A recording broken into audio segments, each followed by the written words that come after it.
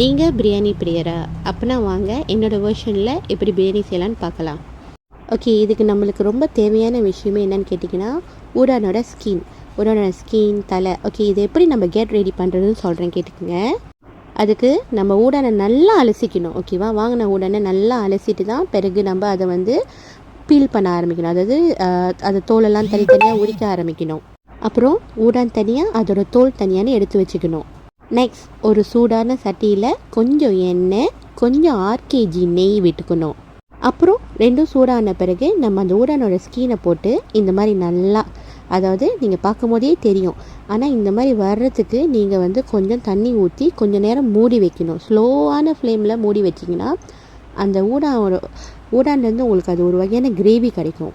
இதுக்கு நடுவில் நம்ம வந்து பாஸ்மதி ரைஸை ஊற வச்சுக்குவோம். இதுக்கு நம்ம இன்றைக்கி எடுக்க போகிற basmati rice India Gate rice. எனக்கு இந்தியா கேட் ரைஸ் வந்து ரொம்ப பிடிக்கும். ஏன்னு கேட்டிங்கன்னா அதோட ரைஸ் வந்து நல்லா உதிரியாக இருக்கும். பாஸ்மதி ரைஸை நல்லா கழுவிட்டு நம்ம அது கூட தண்ணி ஆட் பண்ணுறதுக்கு பதிலாக நம்ம இளநியோட தண்ணி ஆட் பண்ணுவோம். இப்போ வச்சுக்கிங்களேன், நம்மளாம் 2 கோலை அரிசிக்கு நான் 3 கோலை தண்ணி ஊற்றுவேன். அப்போ 2 கோலை தண்ணி நம்ம வந்து இளநி தண்ணி எடுத்துக்கலாம், அதோட மிக்ஸ் பண்ணி ஊற வைக்கலாம். இப்போ அரிசி ஊறட்டும், நம்ம எப்படி பிரியாணிக்கு கெட் ரெடி பண்ணலான்னு பார்க்கலாம். நான் ஏற்கனவே ராஜாஸோட சிக்கன் 65 தூள் பாய்ச்சி ஊடானை மெரினேட் பண்ணி வச்சுட்டேன்.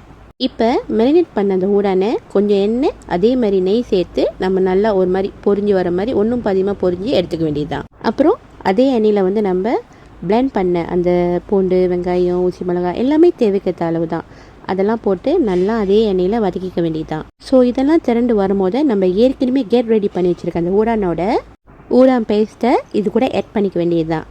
ஆட் பண்ணி ரெண்டும் நல்லா ஒன்றா மிக்ஸ் பண்ணி கலந்து எல்லாம் திரண்டு வரும்போது ஸ்டவ்வை வந்து நிப்பாட்டிக்கலாம். அப்புறம் இதெல்லாம் வந்து நம்ம ரெடி பண்ணி வச்சுருக்க, அதாவது ஏற்கனவே நம்ம ஊற வச்சுருக்கிற அந்த பாஸ்மதி அரிசியோட சேர்த்துக்க வேண்டியது. நம்ம ஏற்கனவே சோக் பண்ணி வச்சுருக்க அந்த பிரியாணி அரிசி கூட நம்ம ரெடி பண்ணி வச்சுருக்க பிரியாணி கிரேவியை ஆட் பண்ணிக்க வேண்டியது தான். இப்போ நல்லா மிக்ஸ் பண்ணிவிட்டு கொத்தமல்லி, புதினா இலை, பொரிச்ச வெங்காயம், தென் பழுத்த மிளகா இதெல்லாம் சேர்த்து உப்பு மறந்துடாதீங்க. உப்பு என்றைக்குமே வந்து பிரியாணிக்கு நீங்கள் தூக்கலாக தான் போடணும், அப்போ தான் அது வந்து நல்லா சோறோட மிங்கல் பண்ணி வரும்.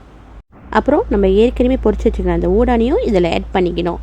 தென் நான் காஷ்மீரோட குங்குமப்பூ இதில் சேர்த்துக்கணும்.